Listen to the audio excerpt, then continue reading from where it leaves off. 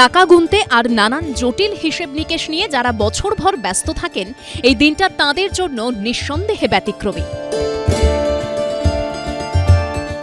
পরিবারের সঙ্গে সময় কাটানোর একটু সুযোগ, সঙ্গে সহকর্মীদের পরিবারের সঙ্গেও পরিচয় পর্ব সেরে নেওয়া। এসবিআই অফিসার্স অ্যাসোসিয়েশনের বার্ষিক ক্রীড়া প্রতিযোগিতায় ধরা পড়ল এমনই টুকরো টুকরো কিছু ছবি। বিগত বছরের মতো এবারেও প্রেসিডেন্সি বিশ্ববিদ্যালয়ের মাঠে আয়োজন করা হয়েছিল এই প্রতিযোগিতার। এই অনুষ্ঠানটায় সম্পূর্ণ ভিন্ন মাত্রায় আমাদের অফিসাররা, তাদের ফ্যামিলি মেম্বাররা সারাদিন ধরে বিভিন্ন খেলাধুলোর মধ্য দিয়ে তারা এটা আজকের দিনটা কাটাবেন। এই দিনটাকে আমরা বাৎসরিক ক্রীড়া প্রতিযোগিতা বলছি, কিন্তু এটা অন্য অর্থে কিন্তু এটা বাৎসরিক একটা ফেস্টিভ্যাল, একটা যেটা প্রত্যেকটা মেম্বাররা তারা যুক্ত হতে পারছেন। বড়দের পাশাপাশি ছোটদের জন্য এদিন আয়োজন করা হয়েছিল নানা ইভেন্টের। অরিত্রিক ভট্টাচার্যর রিপোর্ট, এবিপি আনন্দ। প্রজাতন্ত্র দিবসের আগে পদ্ম পুরস্কারের তালিকা ঘোষণা করল কেন্দ্র। এবার সর্বোচ্চ সম্মান পদ্মবিভূষণ দেওয়া হয়েছে 5 জনকে। পদ্মভূষণ পেয়েছেন 17 জন, যার মধ্যে বাংলা থেকে রয়েছেন 3 জন। পদ্মশ্রী প্রাপকদের তালিকাতেও একাধিক ক্ষেত্রে সম্মানিত পশ্চিমবঙ্গের বিশিষ্টরা। 110 জনের মধ্যে 8 জন পদ্মশ্রী প্রাপক এ রাজ্যের বাসিন্দা।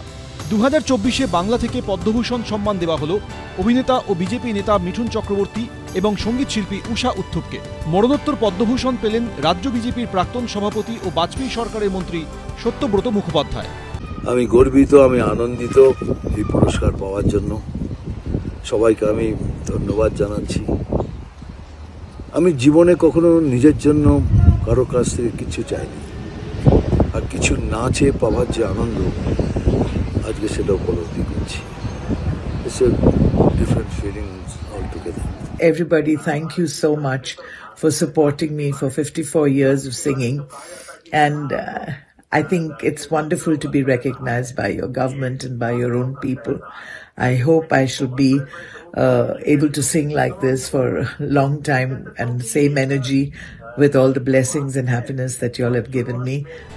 বাংলা থেকে পদ্মশ্রী পেলেন বাংলার ভাস্কর সনাতন রুদ্রপাল, বড়লোকের বিটিলো গানের জন্য খ্যাত রতন কাহার ও পুরুলিয়ার গাছ দাদু দুখু মাঝি।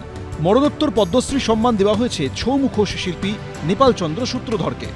লোকসভা নির্বাচনের আগে বাঙালির মন জয় করতেই কি বাংলা থেকে এতজনকে পদ্ম পুরস্কারের জন্য বেছে নিল মোদী সরকার, উঠছে সেই প্রশ্ন। এছাড়াও দেশের প্রথম মহিলা মাহুত অসমের পার্বতী বড়ুয়া রয়েছেন পুরস্কার প্রাপকদের তালিকায়। অন্যদিকে যে 5 জনকে সর্বোচ্চ সম্মান পদ্মবিভূষণ দেওয়া হচ্ছে, তার মধ্যে 4 জনই দক্ষিণ ভারতে। একদা বিজেপি সরকারের মন্ত্রী ও বিজেপির অন্যতম শীর্ষ নেতা ভেঙ্কাইয়া নাইডুকে পদ্মবিভূষণ দেওয়া হচ্ছে। এছাড়াও পদ্মবিভূষণ পাচ্ছেন দক্ষিণী সুপারস্টার চিরঞ্জীবী, তামিলনাড়ুর বাসিন্দা বলিউডের কিংবদন্তি অভিনেত্রী বৈজয়ন্তীমালা বালি ও তামিলনাড়ুর পদ্ম Subrahmanyam.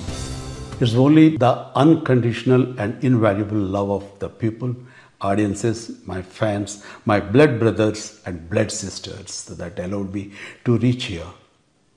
I owe my life and this moment to you. On this occasion, I would like to thank the Government of India and the Honorable Prime Minister Shri Narendra Modi ji for bestowing on me this coveted Padma Vibhushan.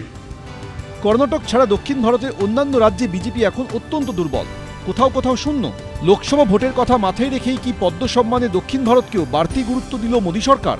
রাজনৈতিক মহলে উঠছে এই প্রশ্ন। ABP আনন্দ।